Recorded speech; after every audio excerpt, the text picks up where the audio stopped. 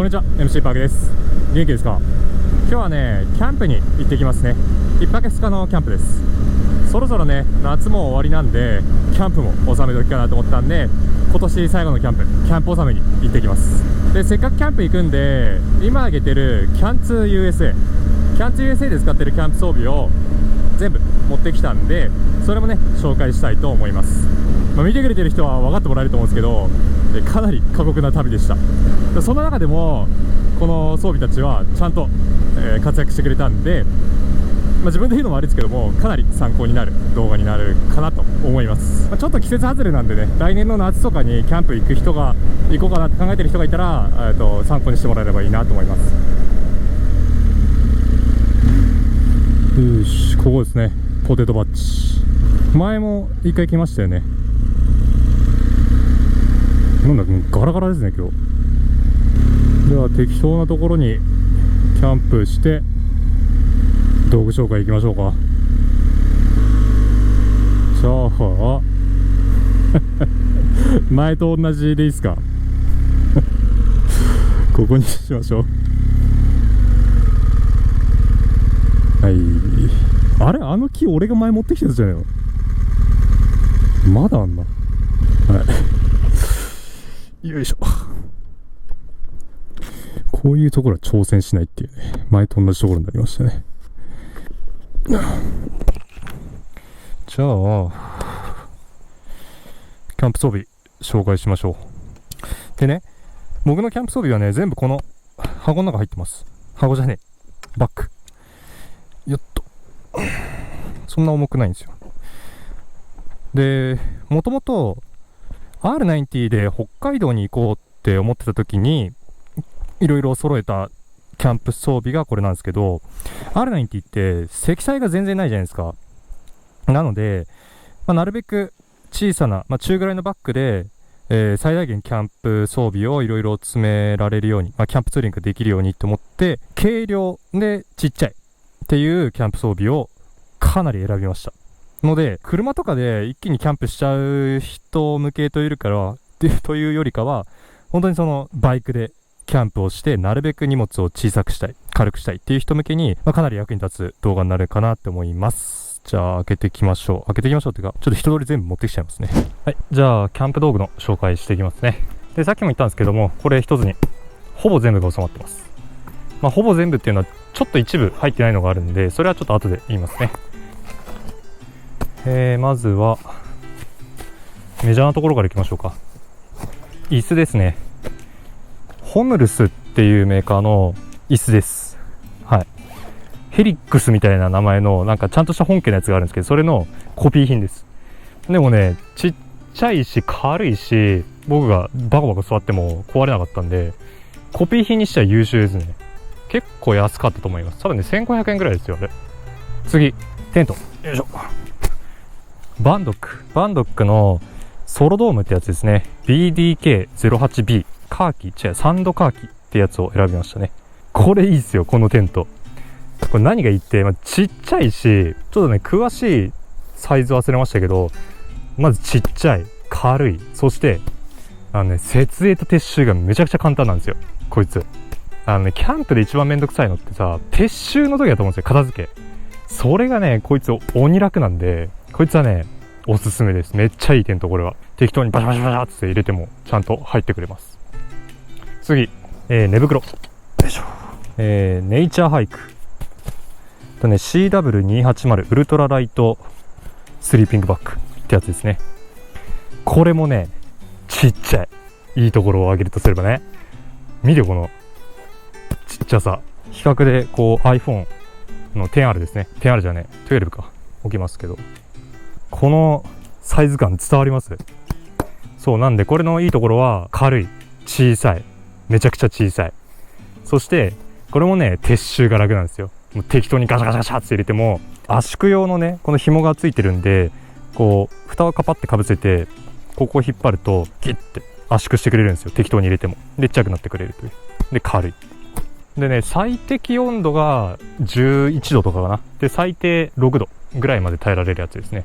キャンプ場ね、昼間は良くても夜と朝ね、めちゃくちゃ寒くなるんで、ある程度温度が低いところまで耐えられるスリーピングバッグを用意した方がいいと思います。次寝具関係いきましょうか。このめっちゃくちゃにしてるのがエアマットですね。これフィールドアウルトラライトエアマットってやつです。これもいいところはちっちゃい。これ僕めっちゃくちゃいい加減に入れてますからね。 Amazon 届いた時はもっとちっちゃかったんですけど、僕は適当にゴロゴロやってしまうたちなんで、大概こうね届いた時より大きくなっちゃうんですよ。適当に入れてもこの小ささ、手のひらちょいぐらいのサイズですね。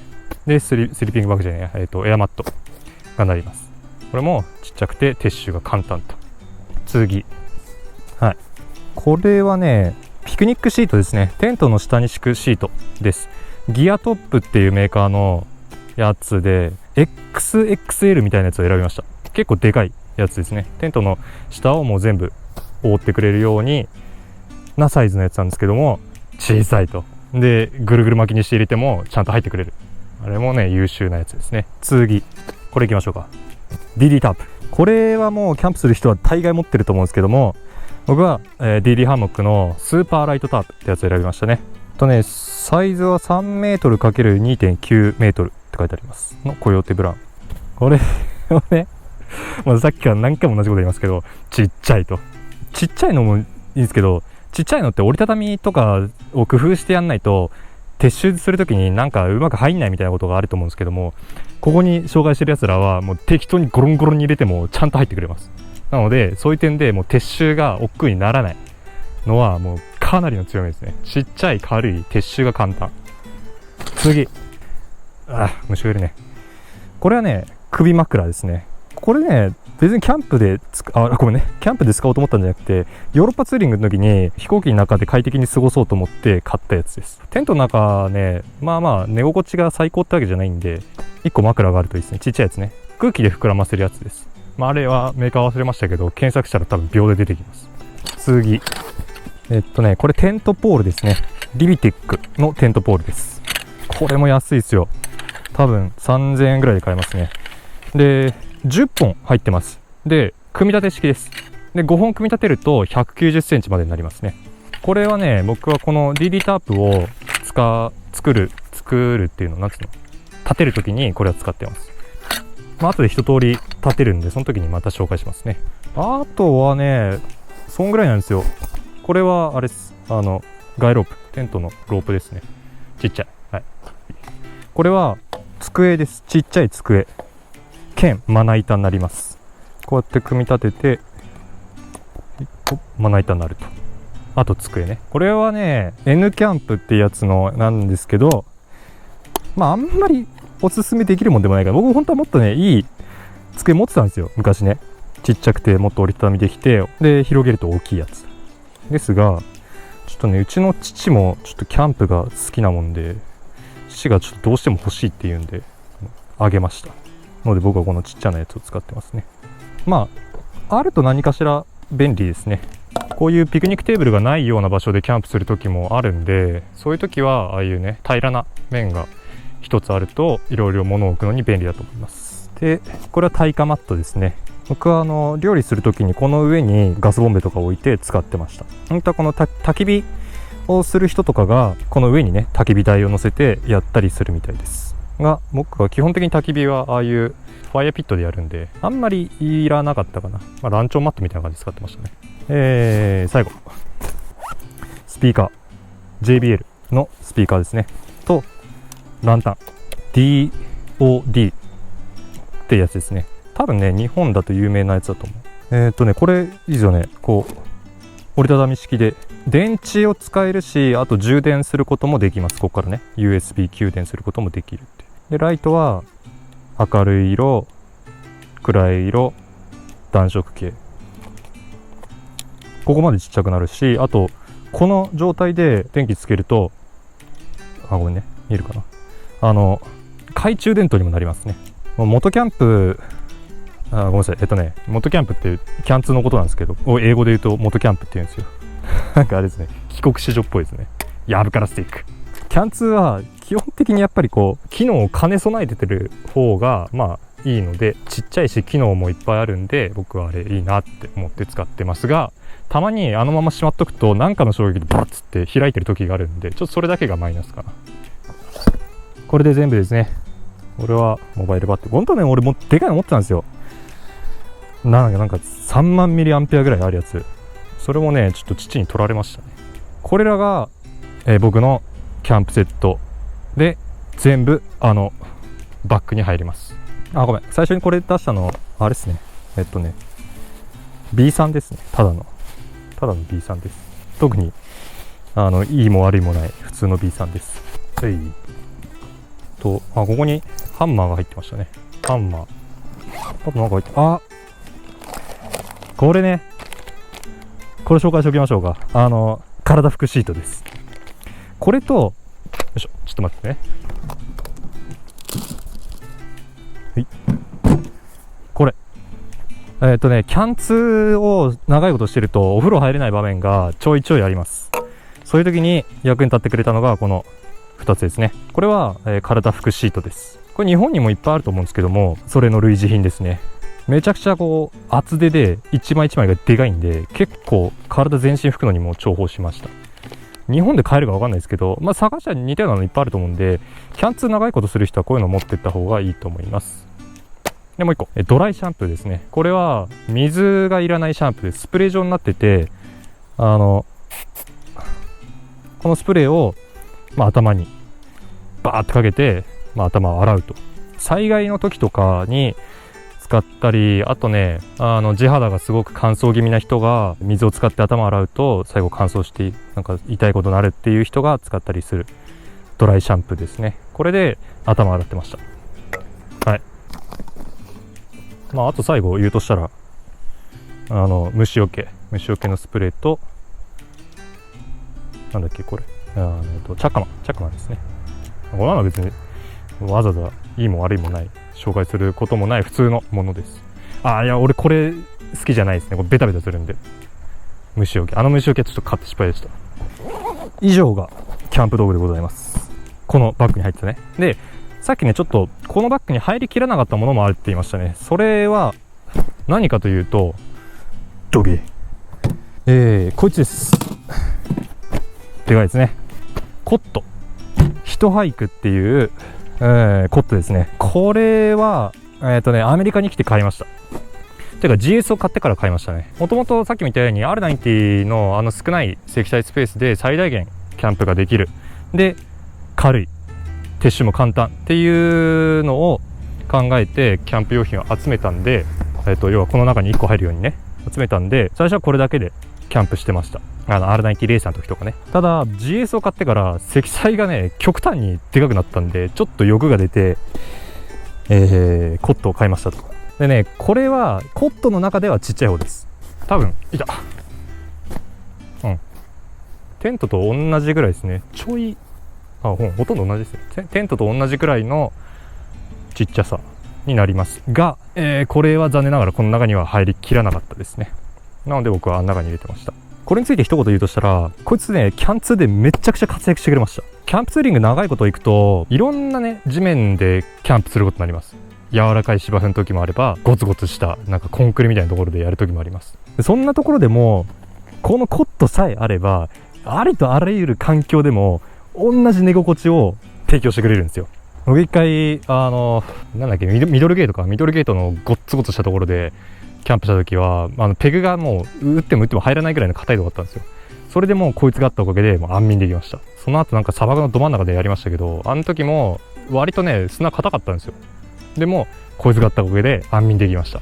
最高の寝心地ってわけじゃないんですけども、どんな環境でも一定の寝心地を実現することができると。僕みたいに長いキャンツーを行ってどんな環境で泊まるかちょっと把握しきれないって人は、僕はねコット持ってった方がいいと思いますね。割と MVB に近いですね。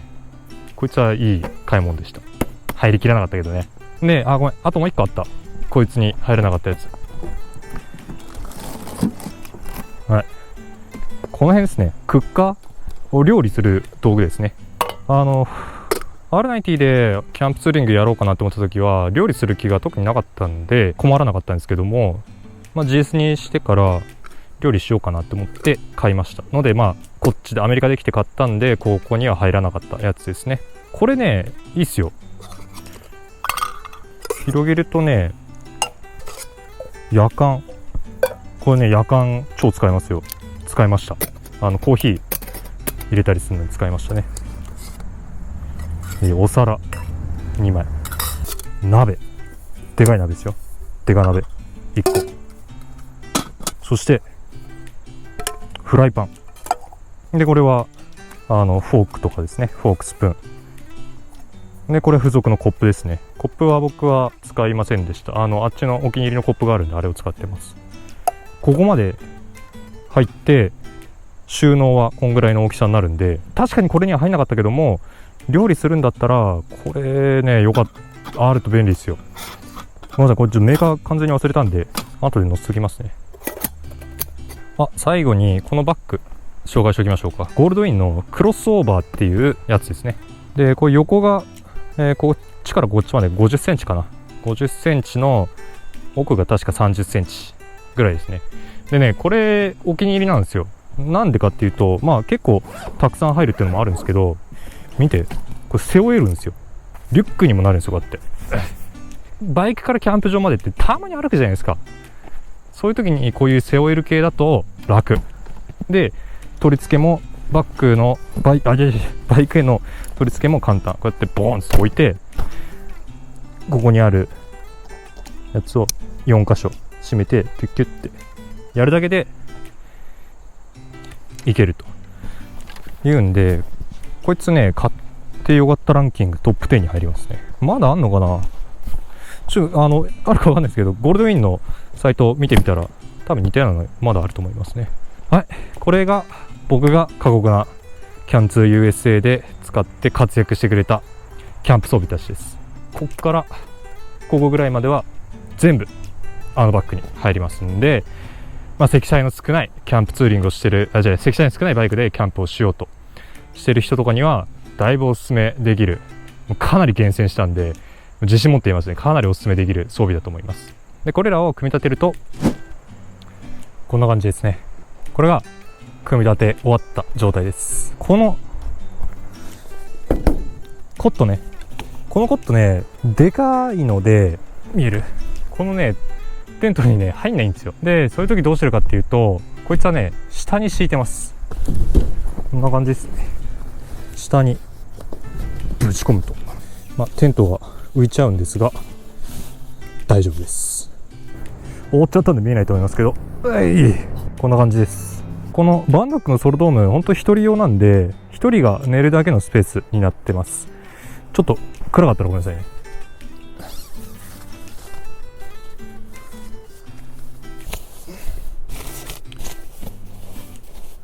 こんな感じですね。僕は174センチですけど、ぴったりぐらいですね。ヘルメットをそこに置けるぐらいのスペースしかないですね。ポケットがいっぱいあるんで、そことかね、あと上にもハンモックが見える、物用のハンモックがあるんで、ちっちゃいとはいえ積載はちょっとありますね。よいしょ。はい。でかいテントもね考えたんですか。でかいテントでやるのはねちょっとやっぱ憧れるんですけど、バイクのキャンプなんでね、やっぱねでかいテントっていうのはあんまり相性は良くないと思います。特に長期間のキャンツーとかだと、こういうねちゃんとしたスペースがあるところでキャンプできる場合もありますけど、そうじゃない時もあるんですよ。すごく狭いっていうか、こうフラットになってる面がすごい一部しかないようなところでキャンプする時もあるんで、そういったところでねちょっとでかいテントを組み立てるっていうのはちょっと僕はやりたくないかな。なので車とかでキャンプしない限りは、僕はバイクのキャンプはちっちゃいテントでの方がいいと思いますね。でさっきのポールですね。ポール僕ね123 4本しか使わないですね。こんぐらいの高さで十分なんで。でこれのいいところはね、このランタンフックが無料でついてくるっていうのがあるんで、気に入ってます。よいしょ。こんな感じかな。これが僕の4200キロのキャンプツーリングを生き抜いた装備たちですね。もう全部おすすめできます。すっごいね活躍してくれました。で選んだポイントは軽量、コンパクト、そして撤収が簡単と。その3つですね。まあもう10月なんで、今からキャンプするっていう人はあんまりいないかもしれないですけども、来年の夏とかにね、キャンプツーリング考えてる人がいたら、ぜひ参考にしてもらえればいいなって思います。じゃあ、もう5時なんで、ゆっくりしたらお昼じゃない、晩ご飯食べようと思います。はい。最後までご視聴いただいてありがとうございました。動画の内容気に入っていただけたら、ぜひチャンネル登録よろしくお願いします。よいしょ。じゃあ、また次の動画でお会いしましょう。じゃあね。